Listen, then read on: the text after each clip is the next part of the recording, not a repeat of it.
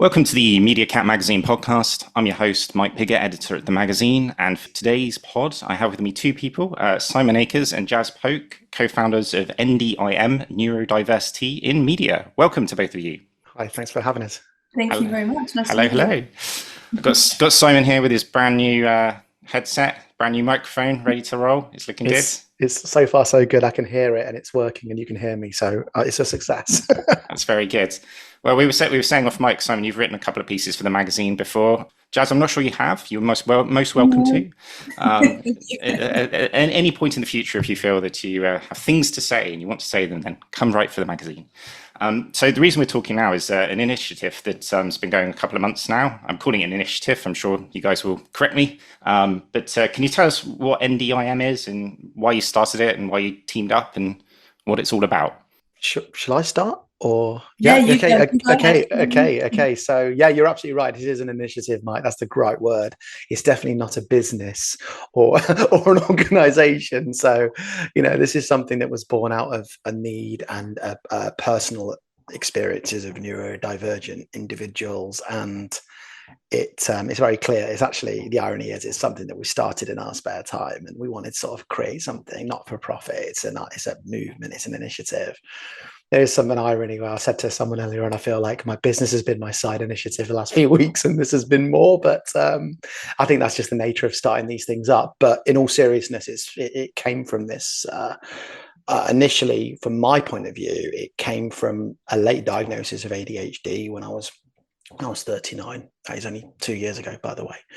And I wrote and delivered a manifesto for a media awards, and I was shortlisted for this this cohort of future leaders in the industry. And I kind of got this sense that I've been living in this kind of dark for a while. I wasn't quite sure why, but the diagnosis did give me clarity, and it from that rose the idea of thinking about 4 S's of systems, spaces, safety, and support. So I kind of shared it with a room of media leaders. There were some people from companies, agencies, ad tech publishers there, and they got the idea from me that, look, 15 to 20% of your company are neurodivergent. Let's make it good for everyone, right? I mean, whether you're neurodiverse or not, if you can get the basics right, then it's a really good thing. So then NDIM I bought a domain, which we've not actually activated yet because we've got a Substack. And then obviously around that time, I also met Jaz, and Jaz is also similar, slightly different, but similar experiences. And, she's brought in this real focus of community events and something which is potentially really important. So yeah, that's my sort of journey into where I'm sat here with you right now. So, okay, you mentioned the 4 S's. Was that something that you picked up, or was that something you created yourself? I wrote that. Yes. Okay, so it's sort of a way to structure what you were going through. Yeah, I kind of thought about the areas that were bothering me, and I just thought people love an acronym and a framework, in media. But I thought to talk that language, work into that a bit. But actually, what it does born lots of.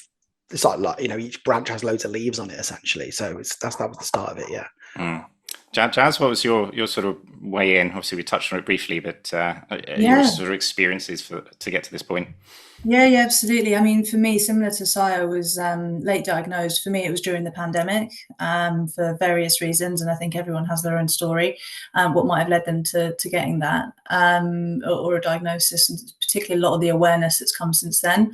I became a parent at the same time, so I had a baby during the lockdowns at the same time as getting the diagnosis. So, for the first few years, it's like navigating this new understanding of who I am and almost like unlearning a lifetime of things that have happened that, you kind of go through this grieving process. But I was able to do it at home on maternity leave. And then I think re-entering the workforce and actually moving into the media industry at that time as well. There's like this whole other thing of self-discovery and like trying to get accommodations where I might have burnt out historically or and things like that. So I started talking about my experiences online on LinkedIn.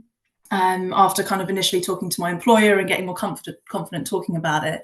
And I realized that basically every time I posted something online, I got a series of messages from people reaching out to say that they were having similar experiences, that they were either seeking a diagnosis or someone in their family or someone that they cared for. I helped some clients get their teenage children diagnosed during their GCSEs and A-levels because that was like a particularly stressful time. And it kind of gave me the sense of opportunity to help people. And actually, that's how Si and I originally connected. And then at the same time as when he was coming up with the 4S manifesto. So it's a case of, I felt like it was positive. I felt like it was also actionable. But we have taken the time to kind of think about how to bring it to the industry, which has been the focus of this year. But yeah, it's been a really interesting journey. I think talking about it more publicly is also there's a lot of vulnerability involved in that. I think Si and I have probably seen the best and the worst of each other in this time, but now that it's out there, we've realized how much it's needed based on the feedback. So it's just about keeping that going. Yeah. Well, that's kind of what I wanted to touch on next in a way, was sort of, you've both had sort of fairly different careers in a way, and sort of come from different backgrounds and moved through the industry in different fashions. But what have both been your experiences in terms of, I don't know, the lack of awareness of these things? I mean, if we go back 30 years, half the terms people wouldn't have heard of unless they're, in, say, the medical profession, but, sort of general society, even 5 years ago, maybe, perhaps we wouldn't have had the understanding we have now. But I just wondered, like, where it fits into the world of, sort of marketing and media. How have you sort of found it through careers? I suppose you're having to reflect, right? Because with a diagnosis, you were then looking back at your life and going, oh, that's why I did that, or that's why I was. 100%. Yeah. I think, I remember when I first got diagnosed, it's because I knew something was off, and I'd had some therapy, and I actually had, with full candor, I had some time off work in 2018. I had a bit of a burnout. I thought at the time it was anxiety, depression. I was trying different antidepressants and sort of working out what was going on. Something wasn't right, but I couldn't quite find that real, I guess, panacea of what was going on. And I think when I went back into therapy, and I wondered why some days I felt limitless and other times I felt like I'd been, lobotomized, basically. I was like, why am I like this? And the therapist said, have you ever considered ADHD? And to be honest, at the time, it was just before lockdown. So I was, I don't know, I was 36, whatever. I was like, yeah, but the kids have it. So no adults, it's a big adult thing. I was always learning about that myself. And then I went through the process. They sent me the 1 to 8 chart, and I was coming in at like a 9, everything. So I was like, okay, there's definitely something happening here. And I think when you get the diagnosis, it makes total sense. So first of all, there's a little bit of relief because you've got a bit of clarity. But then what happened the following months was that feeling of a little bit of sadness, a little bit of grief, if I'm honest. Like this feeling that, oh, that makes sense. That job didn't work. That, I don't know, could be a relationship, could be a friendship, could be the way you spent that ridiculous money. I don't know. But things, I mean, some things are just you being daft, right? But there's actually a lot of things that actually are attributable to you. And I think that's the big thing about, go back to think about our different backgrounds. We're different people with different experiences. And we're an industry who talk about different audiences and personas. And this, I think the point of this is to kind of less focus on the minds who are doing it, the mosaic of different people who are doing it. Jaz's background, my background, our experiences, they're all different. And with that deserves its own, I think, like global thinking about the different types of people, really. Some knew they had ADHD, some didn't. Some are undiagnosed. And also there's invisibility. Some people don't know they have it, or they know they have it and they don't declare it because they're not safe. So it's a very, very intricate thing, I think. Yeah, I think there's definitely a lot of, especially in the last few years, a lot of sort of self-diagnosis out there. People maybe, I mean, I include myself in that. Like, I'm not sure I can be bothered yet, at least, to go through any of those processes. But it's one of those things when you start to like read about it and learn about it, and then again reflect on your actions in offices and in your career and how you've worked, etc. It's like, how do you communicate with people? Are you reading certain signs? Does I don't know, everything distract you in the environment that you're working in? And I mean, how have you sort of I suppose before and after you started this initiative, so how have you sort of found the industry in terms of its kind of understanding in recent years of these issues? I think in my experience, the positive thing is that a lot more people are talking about it, and I don't know, at least within the companies I'm working in, it's not seen as taboo, and there's a lot of people talking about it, which is a really good thing. But I also think you don't know what you don't know, and like talking about something, everyone being a bit more aware of it. I'm still trying to figure out the details of my own condition and working out how to communicate that internally with my employer. And a big part of this initiative is getting employers to understand how to engage neurodiverse talent within their company, and then how to play to their strengths and how to provide accommodations that are needed to do the best work. And if we look at the media industry, there's creative roles, there's strategic roles, there's technical roles, there's things that like it's like moth to a flame that would attract neurodivergent people, but you've also got the context of client demands, huge businesses, commercial targets, and a lot that's going on in fast pace. And I think the bigger the organization becomes, the harder it is to sometimes keep track of the individual processes that are happening in a company. So I think raising awareness is one part of it, and by normalizing the conversation. And for us, we've been engaging with a lot of senior leaders since launching NDIM, where we obviously had this idea of people that we think can provide their voice and can champion the initiative, which is why we launched it alongside 5 other people who have different parts or representation in the industry. But what we necessarily didn't expect was the amount of people getting in touch with us saying, how can we help you? I'm an ally. I work for this company. I'm senior in this role as well. So we're trying to find a way to normalize the conversation by bringing those people out and creating that sense of community and awareness. But coming back to making it actionable, I think that's where the 4S's really comes in. Well, I was going to say, maybe this is a good point at which to talk about sort of your mission and what you plan to do, and maybe you mentioned the manifesto, I think, at one point. So, yes. Should we dive into that? What's that about? What are you asking people to do there? I bet I'd do this one, hadn't I, Jaz? I better do this one. I mean, actually, you know what? Actually, you do it. Actually, forget it. No, okay, so again, it was an initiative that I think with the media leader, another publication they did with Future 100. They have a cohort of future leaders, and there was a short list of people to talk about something in 2 or 3 minutes of something that was important to them. And around that time, I'd been diagnosed, and it was kind of this is I'm always fascinated in behavioral science and everything about unintended consequences and media and all these sort of impacts. So this is obviously, I think the reason we're having this now is probably an unintended consequence of that. But the manifesto for me, because I had this burning feeling of wanting the change and I guess something being off, and I don't really want people going through what I went through. There's that personal sort of fire in me on that one.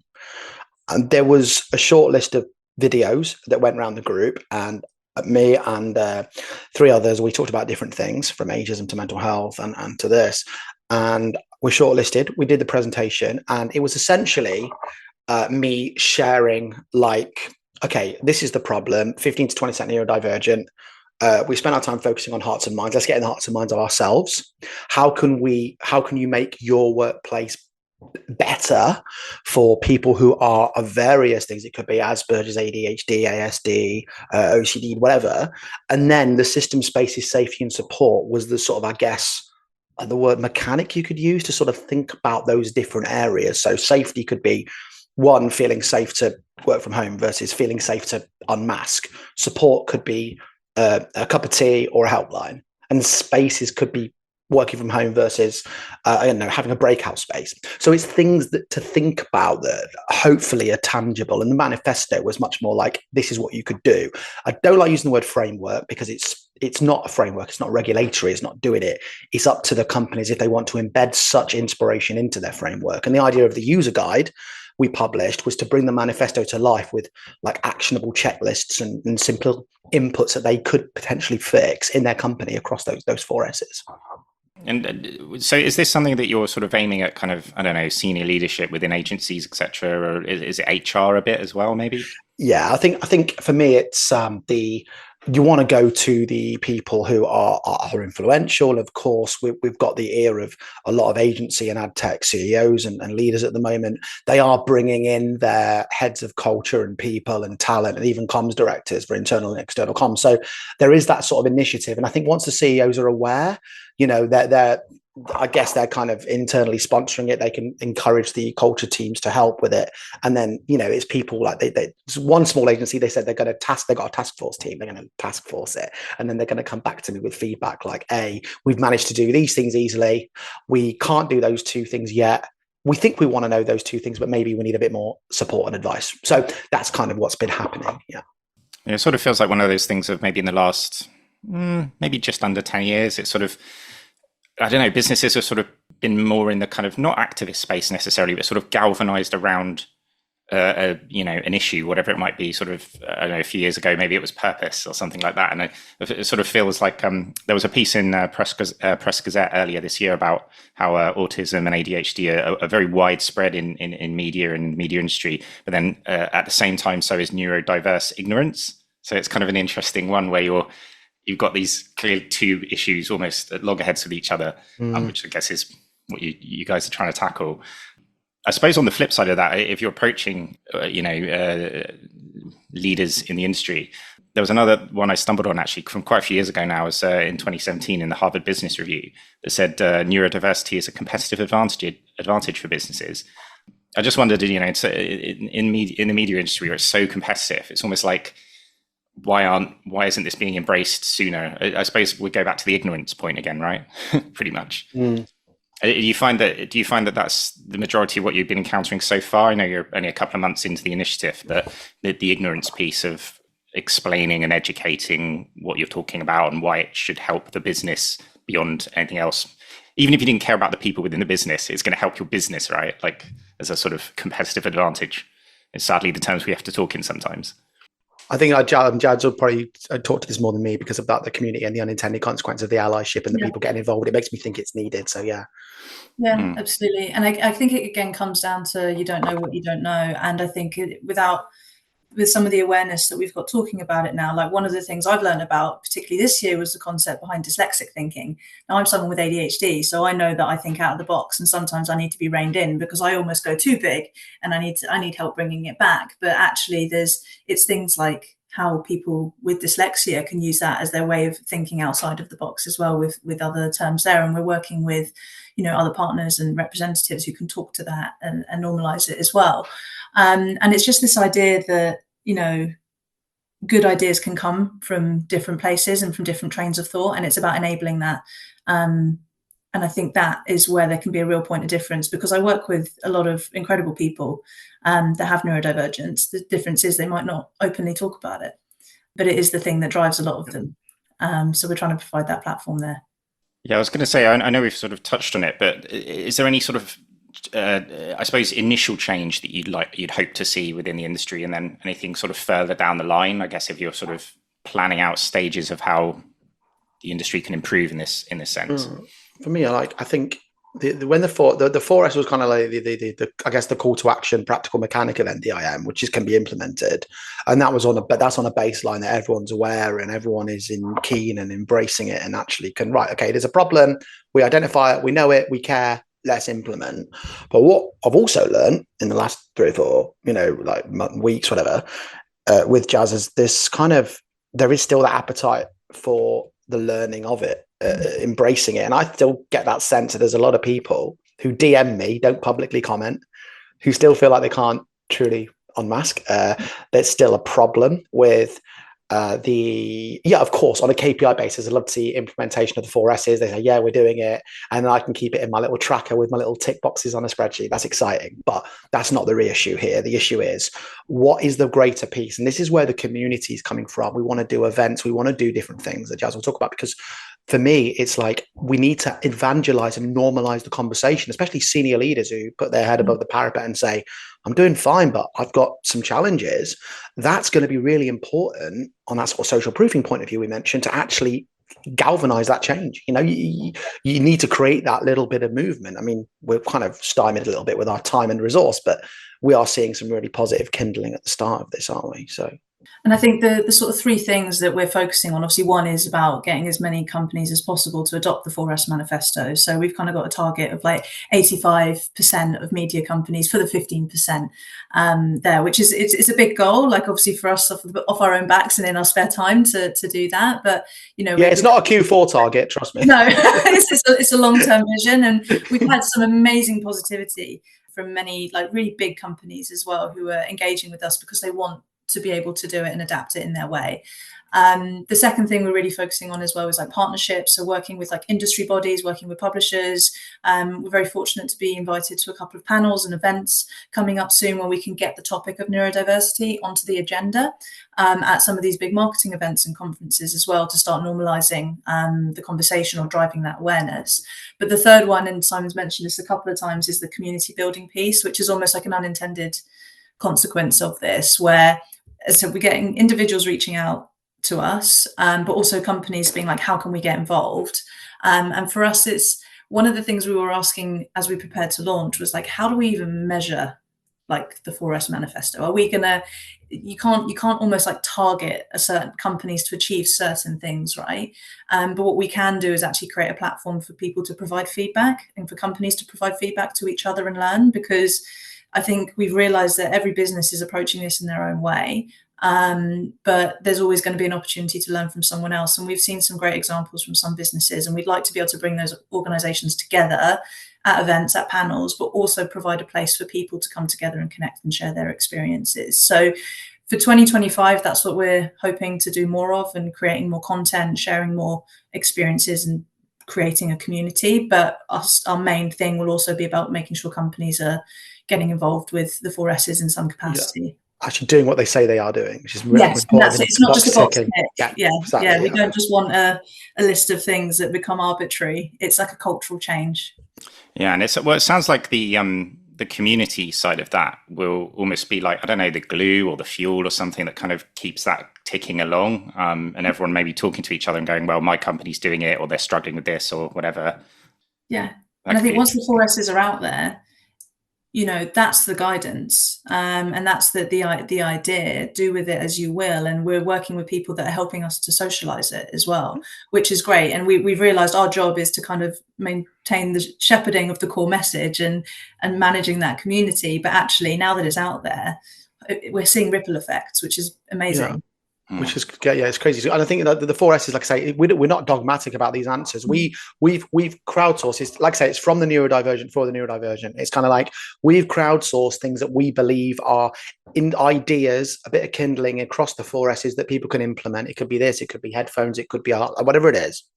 And we have a lot of the answers, but we're not going to have all the answers. We ain't got, we're not stewarding this. We can't regulate. We're not a legal body. We're people who are just trying to inspire thoughts and ideas. And we know that this is version 1, right? We know this is going to evolve, which is exciting and important as well. So from what it sounds like, though, it sounds like there is some sort of appetite from the industry to change, to do this change, right?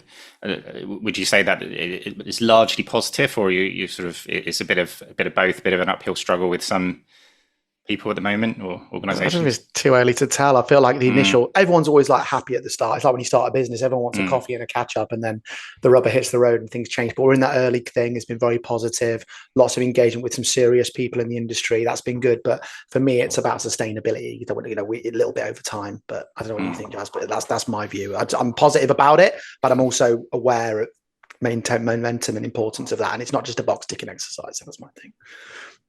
Yeah, again, a very positive appetite for change. I think sometimes implementing change is the barrier, and it's understanding what needs to be done to do that. I think things I've experienced myself is like, maybe there's a policy in procurement or in finance or IT that actually we have to bring in different parts of a business to help make accommodations, but also bring specialist training in. Maybe reconsider some of the standard day-to-day things that we do that maybe aren't as neuro-inclusive, but it's just because no one's maybe mentioned it before. So, there's like a now and next for me as to where I think about how we make it actionable for companies. But that's where I think it's been interesting so far to hear companies say, oh yeah, it's on our agenda, but sometimes you have to find out where it sits within the business. After Black Friday, I think, at the minute. Yes. Well, that's another topic. I was going to mention that just before this call. I got an email that was Black November. I think they'd just given up with Friday or a week. They were like, no, Black November. God. They just called it. So it'll be Cyber December as well. I don't know. Everything is black going forwards, as the legendary Amy Winehouse told us. But no. So I know we have to wrap up in a second, but I just wanted to ask about. You mentioned events. Are there any sort of events you got coming up or next year, or things that you'd like to do or host or go to? Or? Yeah, so we've got a couple of things bubbling. So what we'll be hoping to do in the new year is announce a community event. So that's going to be more about individuals coming together and sharing experiences as our sort of kickoff. And then the aspiration for later in the year will be to do an industry event where we're inviting more kind of company-specific leaders. So we're just kind of getting support for that at the moment, working with businesses who have offered to sponsor, which is great. But as I said, a big part of this is we're doing this in our own time. So the bigger our community gets, the easier it is to bring these to the industry. But yeah, watch out. In the new year, we will be announcing some community events. Okay, sounds good. Well, Media Cat Magazine, we're always happy to support. Media's in our name, and I'm pretty sure we have neurodiverse people in our team. So I count myself as one, of course. But thanks, Mikey. And also, like on that point, though, like one of the big sort of mantras that I've been saying a lot, and I know I've seen people share it, and Pedro is one of our partners. Paul, Jaz, we talk about this, like what's good for the hive's good for all the bees, right? Like, with neurodiversity, it's such a complex subject. We're talking about neurotypical, I hate the phrase neurodiverse, but basically different brains together, right? Also, you can't arbitrarily go, oh, someone who's autistic is that, someone who's ADHD is that, someone who's dyslexic is that. It's a reality that we're all built differently. And I think if you can set these things in motion, you're going to please everyone. And I use the analogy the other day, like if something triggers someone who's autistic 10 out of 10, it will still trigger someone neurotypical 7 out of 10. It's just more, it may be acute in some people. So it's kind of like finding that spot of actually this works for all of us to be happier and ultimately probably be better for business if everyone's happy, right? So that's the general idea. No, definitely. And I mean, personal experience myself, like I think certain things that aren't conducive to how my brain works, it's basically tire me out. They use more brain energy. So I'm physically more tired at the end of the day or during the day constantly or whatever. So you get tired, you get angry, you don't sleep as well. So you're not actually doing your job as well, technically, if it all comes down to doing your job, etc. or something. So you can be more productive if we can all, I don't know, fit into our strange little brains in a better way, right? Yeah, absolutely. Yeah, definitely. Good stuff. Well, we're happy to support and happy to share things on the magazine, and look forward to what's next for NDIM. But yeah, I just want to say thank you to both of you for coming on the Media Cat Magazine podcast. Thank you so much for having us and giving us this opportunity. 100%. Giving people like you, great voices and platforms in the industry, helping us with this. It's so much appreciated. So more than you know. So thank you, Mikey. Well, it sounds like a much needed initiative for the industry, definitely. So I look forward to seeing you guys make waves. Thank you.